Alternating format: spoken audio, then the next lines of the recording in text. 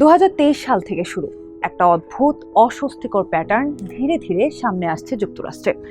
একের পর এক শীর্ষ বিজ্ঞানী যারা কাজ করতেন পারমাণবিক অস্ত্র, মহাকাশ গবেষণা বা অত্যাধুনিক প্রযুক্তি নিয়ে, তারা মারা যাচ্ছেন অথবা লাপাত্তা হয়ে যাচ্ছেন।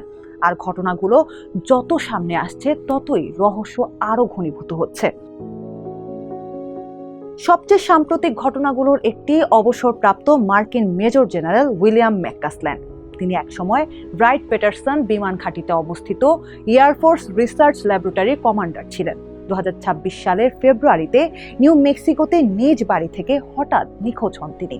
তার স্ত্রী 911-এ ফোন করে জানান, ম্যাককাসল্যান্ড নিজেই নাকি এমনভাবে লুকিয়ে যাওয়ার পরিকল্পনা করেছিলেন যেন কেউ তাকে খুঁজে না পায়।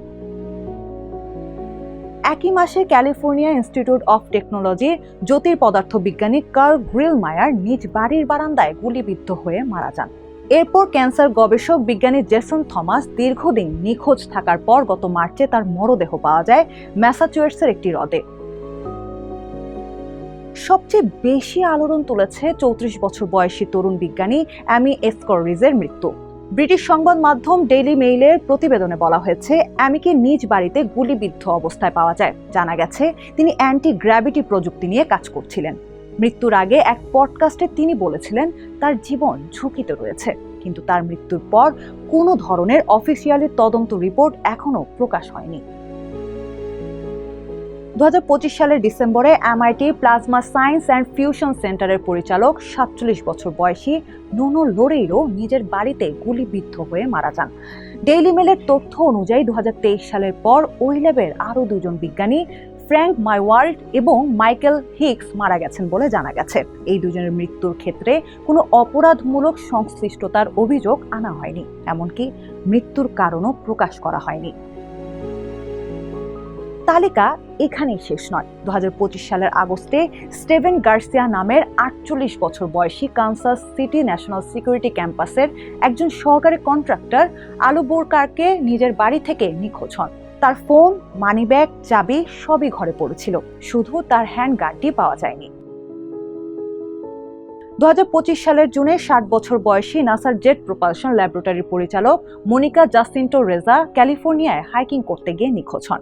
একইভাবে লস আলামোস ন্যাশনাল ল্যাবরেটরির সাবেক কর্মী অ্যান্থনি চাভেস এবং একই পারমাণবিক অস্ত্র গবেষণাগারের প্রশাসনিক সহকারী মেলিসা ক্যাসিয়াস দুইজনই 2025 সালে নিখোঁজ হন। তারা হেঁটে বাড়ি থেকে বেরিয়ে যান, সঙ্গে কোনো ব্যক্তিগত জিনিসপত্রও নেননি।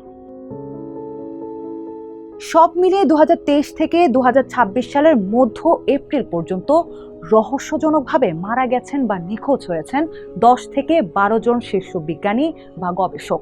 এখন বিষয়টা এতটাই গুরুতর যে মার্কিন প্রেসিডেন্ট ডোনাল্ড ট্রাম্প নিজেই এই তদন্তের নির্দেশ দিয়েছেন। গত 16 এপ্রিল সাংবাদিকদের সঙ্গে কথা বলতে গিয়ে ট্রাম্প বলেন, আমি মাত্র এই সংক্রান্ত একটি বৈঠক থেকে বের হয়েছি। এটা বেশ গুরুতর বিষয়। আমি আশা করি এটা অন্যান্য সাধারণ ঘটনার মতোই হবে। আগামী 1.5 সপ্তাহের মধ্যেই আমরা বিষয়টি জানতে পারবো। তাদের মধ্যে কয়েকজন খুবই গুরুত্বপূর্ণ ব্যক্তি ছিলেন এবং আমরা খুবই দ্রুত বিষয়টি খতিয়ে দেখব। তবে এখন পর্যন্ত কর্তৃপক্ষ এসব ঘটনার সঙ্গে সম্পর্কিত কোনো সুনির্দিষ্ট প্রমাণ দেখাতে পারেননি। কিন্তু এসব ঘটনা নিয়ে অনলাইনে চলছে নানা জল্পনা কল্পনা।